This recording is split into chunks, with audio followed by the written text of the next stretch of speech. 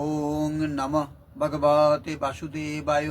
শ্রীমদ্ ভাগবত গীতা অথ দ্বিতীয় অধ্যায়, শ্লোক নাম্বার 19। জয়েনং বেত্তি হন্তারং যশ্চৈনং মন্নাতে হতম উভৌ তৌ ন বিজানীতো নয়ং হন্তি ন হন্নাতে। যিনি জীবাত্মাকে হন্তা বলে মনে করেন কিংবা যিনি একে নিহত বলে ভাবেন, উভয়েই প্রকৃত জ্ঞানী নন। কারণ আত্মা কাউকে হত্যা করেন না এবং কারো দ্বারা নিহত হন না। যিনি আত্মাকে হন্তা বলে মনে করেন এবং যিনি এই আত্মাকে মৃত বলে মনে করেন, তারা উভয়েই আত্মাকে জানেন না। কারণ এই আত্মা কাউকে হত্যা করেন না এবং কারো দ্বারা নিহত হন না। তাহলে কি হয়?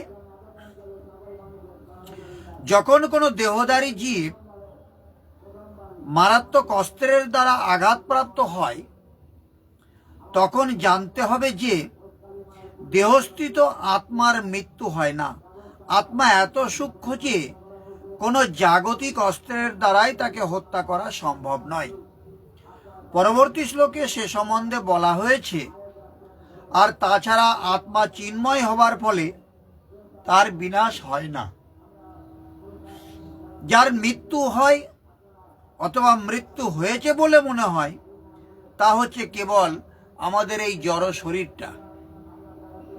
অবশ্যই এর মধ্যে দেহকে হত্যা করার জন্য উৎসাহিত করা হচ্ছে না। বেদে নির্দেশ দেওয়া হয়েছে, মা হিংসাত সর্বভূতানি, কোনো জীবের প্রতি হিংসা করো না। আবার আত্মা নিহত হয় না, এই বিচারের মাধ্যমে পশু হত্যাকে উৎসাহিত করা হচ্ছে না। কেউ যেন এটা ভেবে না বসেন যে আত্মা যদি নিহত না হয় তাহলে পারে পশুগুলোর আত্মাও তো নিহত হচ্ছে না, তাহলে তাদের মারতে দোষ কি? এটা যেন না করে। বিনা কারণে অন্যায়ভাবে কারোর দেহ হত্যা করা অত্যন্ত গর্হিত। কেন না, প্রত্যেকটা জীবেরই যে ক্রমচক্রটা চলছে, জন্ম মৃত্যু 84 লক্ষ জন্মের পর আমরা যে মানব জন্ম পেয়েছি, তাহলে যে আরশোলা, টিকটিকি, গিরগিটি, সাপ বা হাঁস, মুরগি, গরু, ছাগল, এদেরও প্রত্যেকটা জীবের একটা স্থায়ী কাল রয়েছে। বিগত জন্মে তারা যে কর্মগুলো করেছে, সে কর্মের ফলটা ভোগ করে নিয়ে তারপর তারা পর জন্মে উন্নীত হবে। কিন্তু আমার দ্বারা, আপনার দ্বারা যদি তার সেই ক্রমের মাঝখানে সেই দেহটা নষ্ট হয়ে যায়, তাহলে এই ক্রমোন্নতির ব্যাঘাত ঘটবে। এর জন্যে বিনা কারণে অন্যায়ভাবে কারোর দেহ নষ্ট করা উচিত নয়। এটা রাষ্ট্রের আইন অনুসারে ও ভগবানের বিধানেও তা শাস্তিযোগ্য।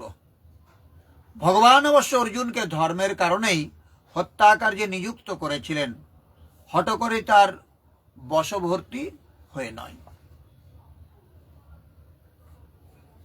20 নম্বর শ্লোকে বলেছে, ন জায়তে ম্রিয়তে বা কদাচিন নায়ং ভূত ভবতি বা না ভূয়ঃ অজো নিত্য শাশ্বত হয়ং পুরাণ না হন্নাতে হন্যমানে শরীরে।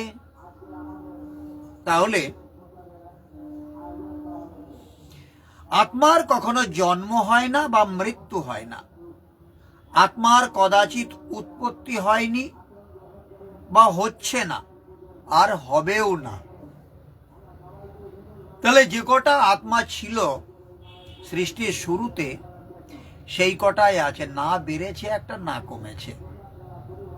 যদি বিনষ্ট হতো তাহলে কমে যেত, আর যদি উৎপত্তি হতো তাহলে বাড়তো। তাহলে উৎপত্তিও হয়নি আর কমেও যায়নি। আত্মা জন্মরহিত, শাশ্বত, নিত্য এবং পুরাতন হলেও চিরনবীন। আত্মা কোনো জরা নেই, বৃদ্ধ নেই, মৃত্যু নেই, তা একইভাবে স্থির থাকে। শরীর নষ্ট হলেও আত্মা কখনো বিনষ্ট হয় না। এই আত্মা কোনো কালে জাত বা মৃত হন না, কারণ বস্ত্র পরিবর্তন করে নেন। বস্ত্র বলতে দেহটা, এই দেহটা হচ্ছে আমার বস্ত্র, আর আমার দেহের বস্ত্র হচ্ছে এই যে আমি যেটা পরে আছি, যেটা আপনারা বাইরে থেকে দেখতে পাচ্ছেন, এটা হচ্ছে আমার দেহের বস্ত্র, আর আমার বস্ত্র হচ্ছে আমার এই দেহটা। আত্মা হয়ে অন্য কিছুতে পরিবর্তন হয় না, কারণ এই আত্মা অজন্মা, নিত্য, শাশ্বত এবং পুরাতন। দেহ নাশ হলেও আত্মার বিনাশ হয় না। আত্মাই সত্য ও আত্মাই পুরাতন, আত্মাই শাশ্বত ও আত্মাই সনাতন। আপনি কে? সনাতন ধর্মের উপাসক? সনাতন কে? না আত্মা। আপনি আত্মার উপাসক? আত্মা, পরমাত্মা, ব্রহ্ম একে অন্যের পর্যায়। তাহলে আপনি কে? না শাশ্বত ধর্মের উপাসক। শাশ্বত কে? না আত্মা। অর্থাৎ আমিও আপনি আত্মারই উপাসক। যদি আপনি আত্মিক পথটি না ধরেছেন, তাহলে আপনার কাছে শাশ্বত সনাতন নামের কোনো বস্তু নেই। আমরা সাধু কথাটা বলি, সাধু কথার অ্যাকচুয়ালি ব্যাকরণগত অর্থ কি? স মানে স্বীয় যুক্ত ধেয়। স্বীয় মানে তালব শয়বাই হস্তি অন্তস্থ স্বীয়। স্বীয় মানে হচ্ছে নিজের, স মানে নিজে, আর স্বীয় মানে হচ্ছে নিজের। আর ধেয়, ধেয় মানে কি? পেয় মানে কি? পেয় মানে হচ্ছে পানযোগ্য, আর ধেয় মানে ধ্যানযোগ্য। তাহলে স্বীয় মানে যদি হয় নিজের, আর ধেয় মানে হচ্ছে ধ্যানযোগ্য। স্বীয় ধ্যানযোগ্য যে ব্যক্তি, সে হচ্ছে সাধু। যদি আপনি সেই পথে চলার জন্য ব্যাকুল, তবে আপনি প্রত্যাশী অবশ্যই, কিন্তু সনাতন ধর্মী নন। আপনি সনাতন ধর্মের নামে কোনো কুরীতির শিকার হয়েছেন। আমরা ধর্মটাকে গুলিয়ে ফেলি। অ্যাকচুয়ালি ধর্মের সংজ্ঞাটা কি? ধর্ম চারটে ভিত্তির উপর দাঁড়িয়ে আছে। 1 নম্বর হচ্ছে সত্য, 2 নম্বর হচ্ছে যুক্তি, 3 নম্বর বিজ্ঞান, 4 নম্বর গণিত।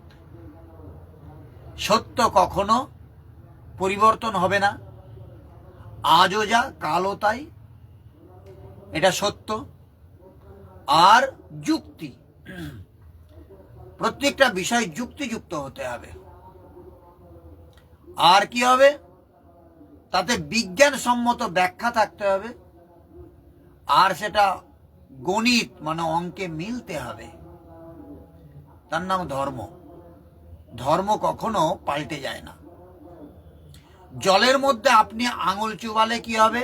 আঙুলটা ভিজে যাবে। সেটা আপনি জেনেই চুবান আর না জেনেই চুবান, ভিজবে, কারণ ওটা জলের ধর্ম। লঙ্কা চিবালে আপনার ঝাল লাগবে, সে আপনি চোখ বুঝেই চিবান আর চোখ তাকিয়েই চিবান, জেনেই চিবান আর না জেনেই চিবান। ফর্সা মানুষের লঙ্কা চিবালেও ঝাল লাগবে, কালো মানুষের লঙ্কা চিবালে ঝাল লাগবে। ধনী লোকে লঙ্কা চিবালে ঝাল লাগবে, গরিব লোকে লঙ্কা চিবালে ঝাল লাগবে। নারী চিবালে ঝাল লাগবে, পুরুষে চিবালে ঝাল লাগবে। তৃণমূলেরা চিবালেও ঝাল লাগবে, বিজেপির লোকেরা চিবালেও ঝাল লাগবে, কংগ্রেস চিবালেও ঝাল লাগবে, তৃণমূলের লোক এই কংগ্রেসের চিবালে, সিপিএম এরাও চিবালেও ঝাল লাগবে। এটা হচ্ছে লঙ্কার ধর্ম। ধর্ম কখনো পরিবর্তন হয় না। উপাসনার পদ্ধতি আলাদা আলাদা হতে পারে। ইসলামের উপাসনার পদ্ধতি আলাদা, হিন্দুদের উপাসনার পদ্ধতি আলাদা। যারা মার্ক্সবাদী তারা আবার এমন করে উপাসনা করে, তাদের পদ্ধতি আলাদা। আমরা এমনভাবে করি, পদ্ধতি আলাদা, কিন্তু ধর্ম আলাদা কখনো হতে পারে না। তাহলে ধর্ম নামে আমরা কুরীতির শিকার হয়ে পড়ছি। ধর্ম সম্পর্কে জানা দরকার, পড়া দরকার, বোঝা দরকার।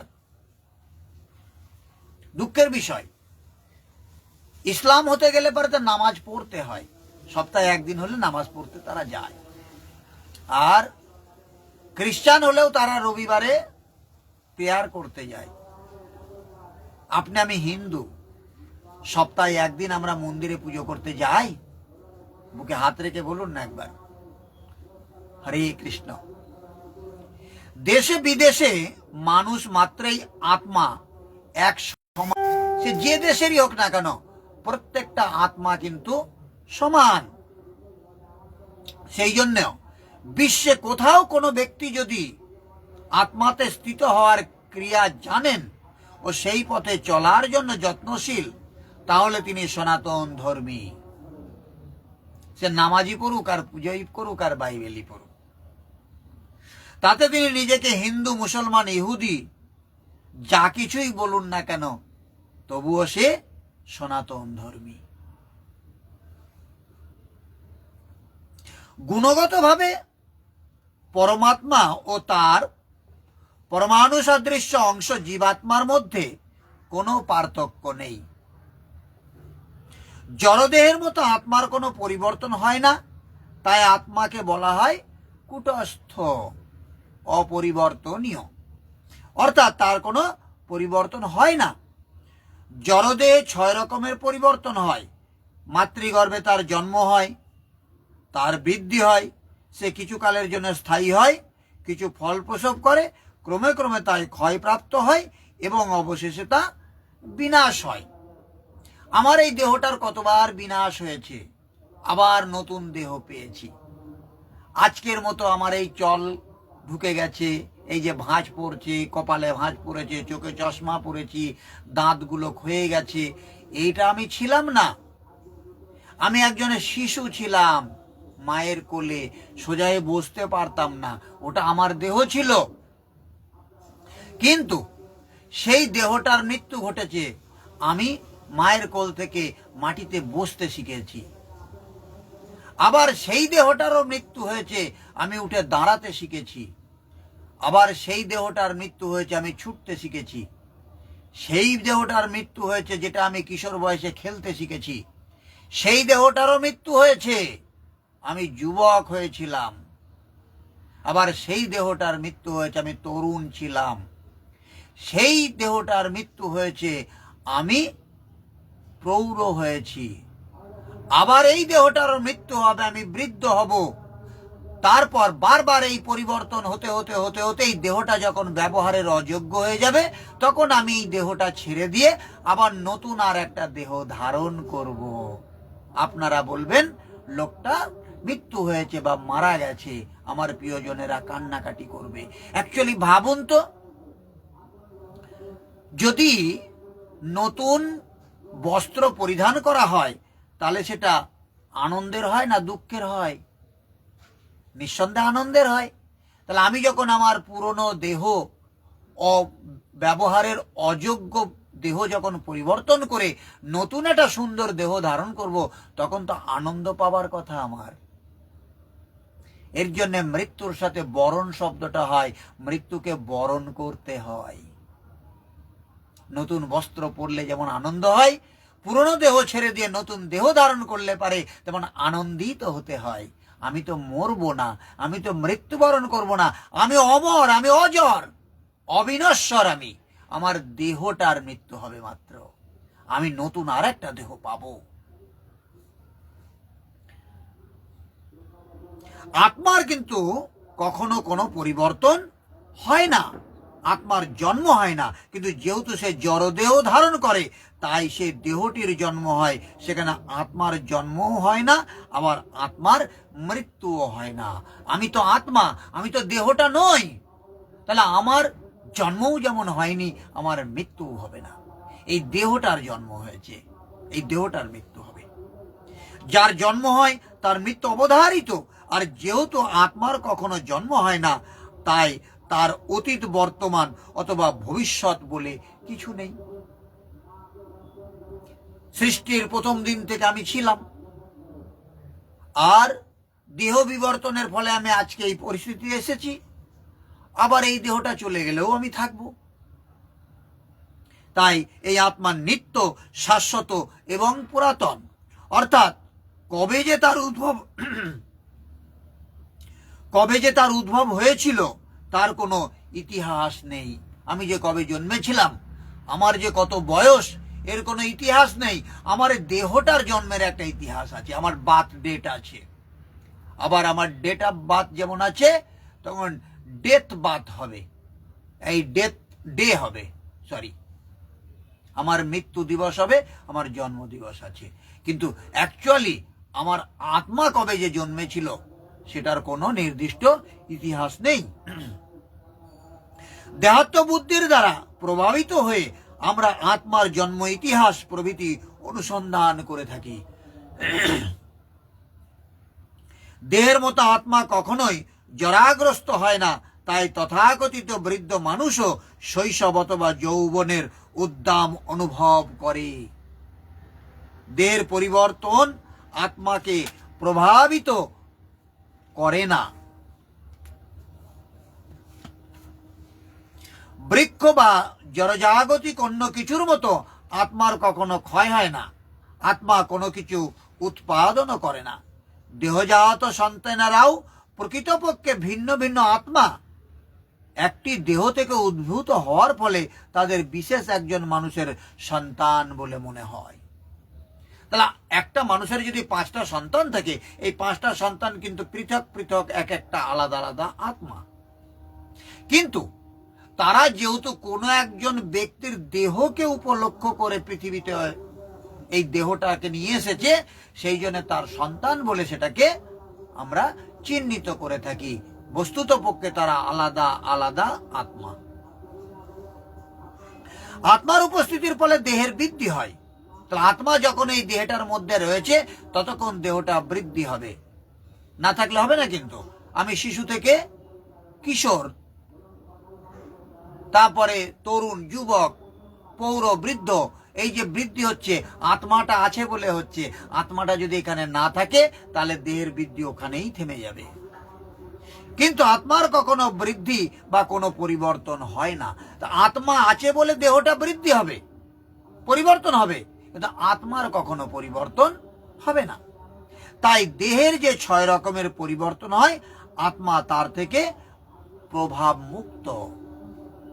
কঠোপনিষদের 1 নম্বর স্কন্ধে 2 নম্বর অধ্যায়ের 18 নম্বর শ্লোকে এটা প্রতিপন্ন করা হয়েছে।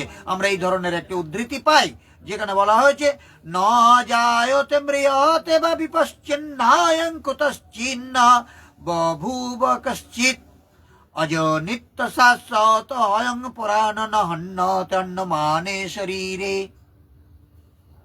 এই শ্লোকের অর্থ ও তাৎপর্য ভগবত গীতার শ্লোকটির অনুরূপ। কেবল এই শ্লোকে বিপশ্চিৎ এই বিশেষ শব্দটি ব্যবহৃত হয়েছে, যার অর্থ জ্ঞানী অথবা জ্ঞানের সহিত। আত্মা পূর্ণ জ্ঞানময় অথবা সর্বদাই পূর্ণ চেতন। তাই চেতনাই আত্মার লক্ষণ। এমনকি আত্মাকে হৃদয়ের মধ্যে দেখা না গেলেও চেতনার প্রকাশের মধ্য দিয়ে তার উপস্থিতি অনুভব করা যায়। যেমন বাতাসকে চোখে দেখা যাচ্ছে না, কিন্তু আমরা অক্সিজেন গ্রহণ করতে পারছি। এটাকে অনুভব করলে বোঝা যাবে, হ্যাঁ বাতাস রয়েছে, অনুভব করা যায়। তেমনি ভাবে আত্মাকে চোখে দেখা যায় না, কিন্তু যখন একটা প্রাণের বা প্রাণীর দেহের বৃদ্ধি ঘটবে, পরিবর্তন ঘটবে, তখন জানতে হবে তার ভিতরে আত্মা বর্তমান রয়েছে। যখন তার দেহের পরিবর্তন বন্ধ হয়ে যাবে, তখন জানতে হবে এর ভিতরে আর আত্মা নেই। তখন সেই দেহটা পচনশীল হবে। সে হতে পারে যে বৃক্ষের দেহ, হতে পারে মৎস্যের দেহ, হতে পারে বা মনুষ্যের দেহ। অনেক সময় মেঘের জন্য অথবা অন্য কোনো কারণে আমরা সূর্যকে আকাশে দেখতে পাই না, কিন্তু সূর্যের আলো সর্বদাই সেখানে রয়েছে। দেখা যাক বা না যাক, তার অনুভূতিটা পাওয়া যায় যে হ্যাঁ, এখন আলো রয়েছে, সূর্য রয়েছে বলেই আজকে এখন দিনের বেলা। কিন্তু সূর্য যদি না থাকতো তাহলে দিনের বেলা হতো না। তেমনি ভাবে একটা দেহের যখন বৃদ্ধি হবে, পরিবর্তন হবে, তখন জানতে হবে আত্মা তার মধ্যে উপস্থিত রয়েছে। যখন জানা যাবে যে না, এইটার আর বৃদ্ধি হচ্ছে না, পরিবর্তন হচ্ছে না, এমন একটা গাছও যদি পড়ে থাকে শুকনো কাঠ হয়ে যাবে, তার আর পরিবর্তন বা বৃদ্ধি হবে না, তখন সেটা বুঝতে হবে যে তার মধ্যে আর আত্মা নেই।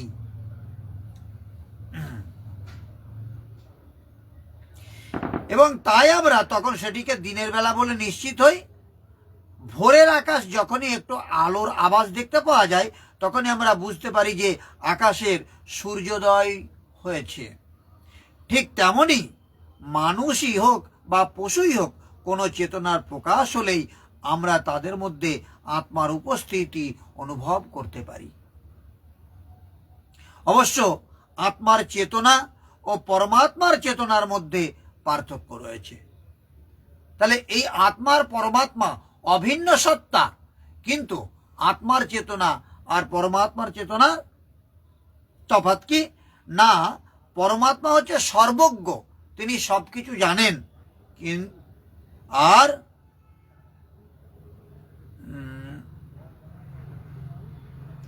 ভূত ভবিষ্যৎ ও বর্তমান সম্বন্ধে সম্পূর্ণভাবে পরমাত্মা অবগত।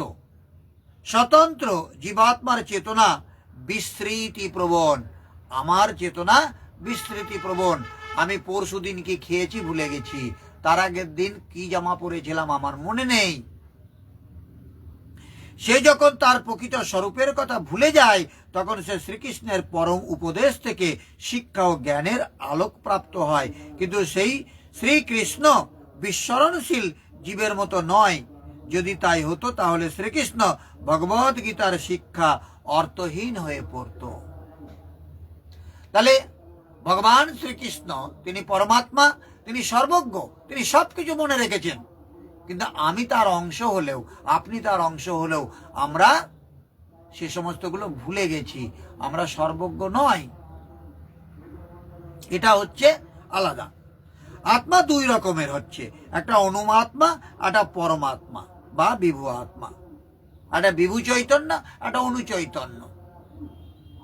যেমন গঙ্গার বক্ষে যে গঙ্গার জল রয়েছে, এই গঙ্গার জল আমরা বোতলে করে বা ঘটিতে করে বাড়িতে নিয়ে এসে রেখে দিয়েছি। তাহলে এই বোতলের গঙ্গার জল বাড়িতে রাখা আর গঙ্গা নদীর বক্ষে থাকা গঙ্গার জল, দুইয়ের মধ্যে গুণগত কোনো পার্থক্য আছে কি? না, নেই। গুণগত পার্থক্য,